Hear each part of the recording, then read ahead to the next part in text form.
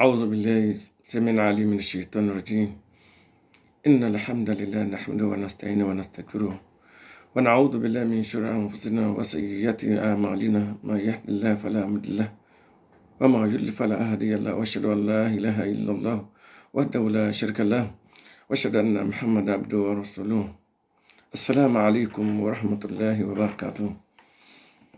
ní ìtẹ̀síwájú lórí ọ̀nà àbáyọ lọ́wọ́ ṣetán àtàwọn ogun ẹ̀. So gẹ́gẹ́ bí ọ̀rọ̀ tí a ń bá bọ̀ tẹ́lẹ̀tẹ́lẹ̀, a tún fẹ́ ṣàlàyé síwájú pé kí là ń pè ní rúkìá yìí gan. Ọ̀pọ̀lọpọ̀ ẹlòmíì tí a bá bi wọ́n léèrè pé náà ń gbọ́ rúkìá pé ìtumọ̀ ẹ̀ náà ni pé bóyá ẹni tí àlùjọ̀nnú kọlù. Eléyìí jẹ́ ọ̀pọ̀lọpọ̀ àgbọ́yé wa lórí ọ̀rọ̀ rúkìá kò dúró lóhun nìkan, kò dúró lórí pé ẹni tí àlùjọ̀nnú kọlù náà ni rúkìá wà fún. Nítorí pé gbà àwọn sàhábà gbà yí ànábì Muhammad sallam tí wọ́n rìnrìn àjò kan jáde, tí wọ́n dé ìletò kan, tí wọ́n béèrè lọ́dọ̀ àwọn tí ó ní ìletò náà pé kí wọ́n gbà wọ́n láàyè kí àwọn lè fara mọ́ wọn, tí wọ́n kọ̀ láti fara mọ́ wọn, láti gbà wọ́n láàyè.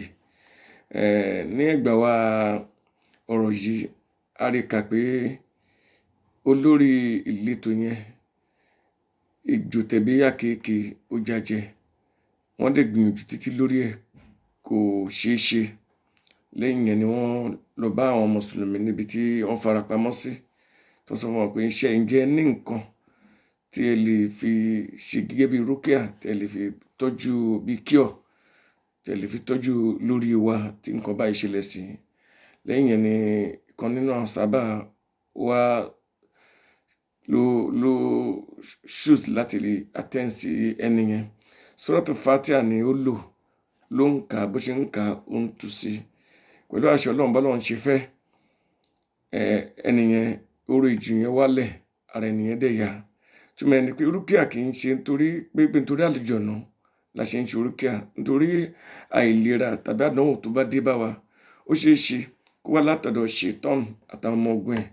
Ó ṣeé ṣe kó jẹ́ pé ara wa ò yá, ká wá máa ka Quran láti fi bí Ọlọ́run ọba lórí ẹ̀. So kíka Quran tàbí ọ̀rọ̀ àdúrà náà Muhammad sallam ni ó ní ètò bí wọ́n ṣe ń ṣe. Òun náà ni láti fi wá ìwòsàn, òun náà ń pè ní rúkìá. Nítorí pé ọ̀rọ̀ rúkìá ọ̀pọ̀lọpọ̀ wa ni àgbọ́yé. Bóyá a rí attack, bóyá a rí ìkọlù látọ̀dọ̀ ṣetán ti èèyàn ni tàbí ṣetán ti àlùjọ̀nnú. So rúkìá ó jẹ́ èyí tí Islam recommend fún wa pé ká fi dojúkọ àwọn ìṣòro yìí. Nítorí ọ̀pọ̀lọpọ̀ wa à ń ṣì gbọ́ gan.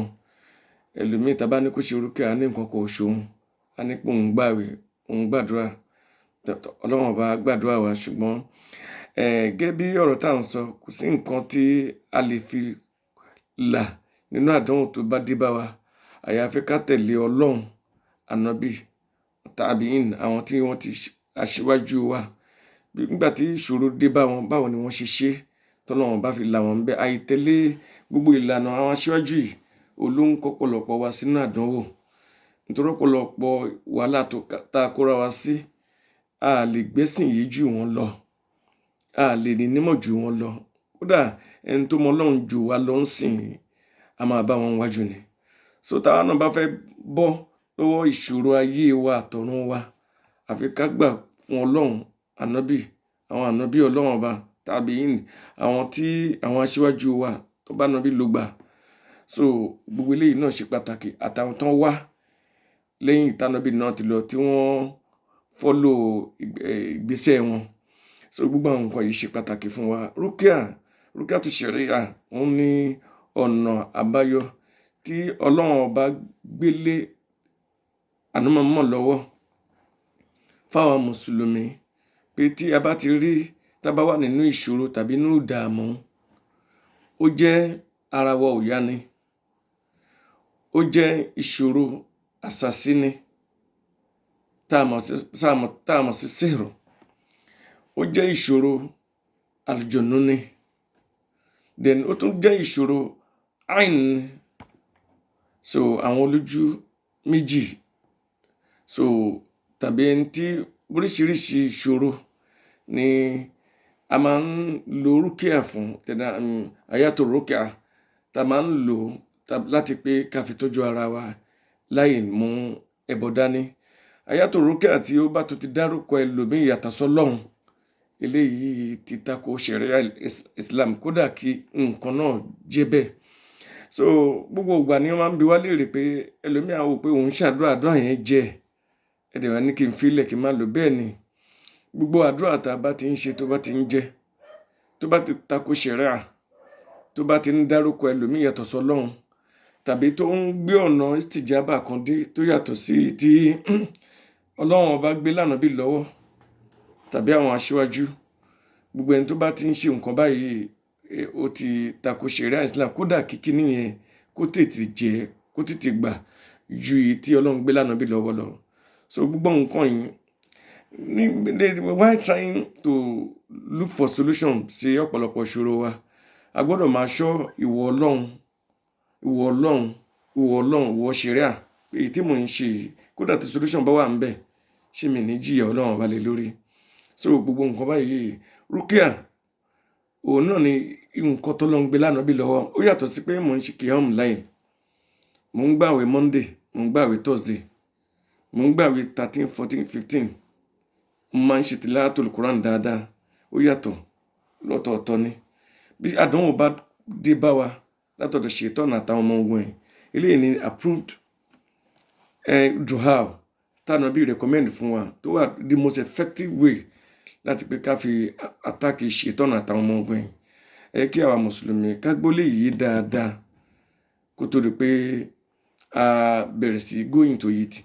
So ẹni tó fẹ́ ṣe rúkìá fún ara ẹ̀, àwọn ẹ̀kọ́ wà púpọ̀ tó gbọ́dọ̀ ní.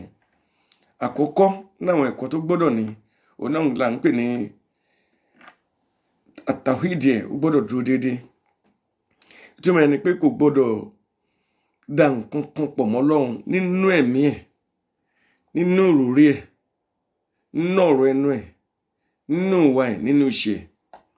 Kò gbọ́dọ̀ dá nǹkan kan pọ̀ mọ́ Ọlọ́run, kódà kádánwò yẹn kú jù yẹn lọ. Ó ṣe pàtàkì. Lẹ́yìn yẹn ikhlas, ìta ń pè ní sincerity, ìtumọ̀ ẹ̀ pé kó lóòótọ́ púpọ̀ pẹ̀lú Ọlọ́run, kó lóòótọ́ púpọ̀ pẹ̀lú Ọlọ́run. Lẹ́yìn ìgbà tí ìmọ̀nà ẹ̀ ti dúró déédéé pé Kùránì tí mo fẹ́ lò yìí kọ́ ló máa wò mí sàn. Èmi tí mo fẹ́ ṣe, mo ṣe súnmọ́ Ọlọ́run tó kọ́ ló máa wò mí sàn.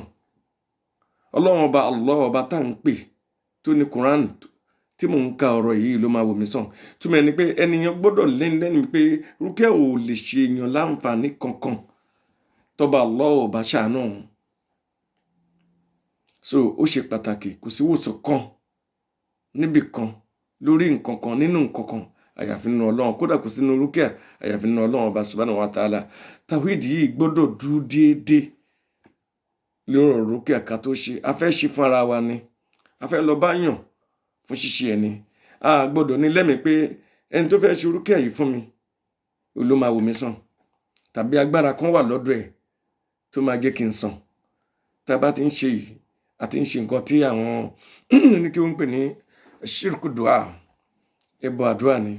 So tá a bá ti ń ṣe yìí, èèyàn lè máa sọ pé òun wá ìwòsàn lọ́rọ̀ rúkìá kó tó wá dé lẹ́bọ. Àwa mùsùlùmí a gbọ́dọ̀ ṣọ́ ìwọ yìí dáadáa kó tó di pé àgó into rúkìá.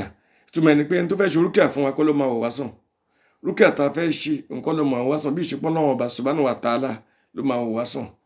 Nínú ẹ̀mí wa a gbọ́dọ̀ tó àyè ibẹ̀ yẹn ṣe.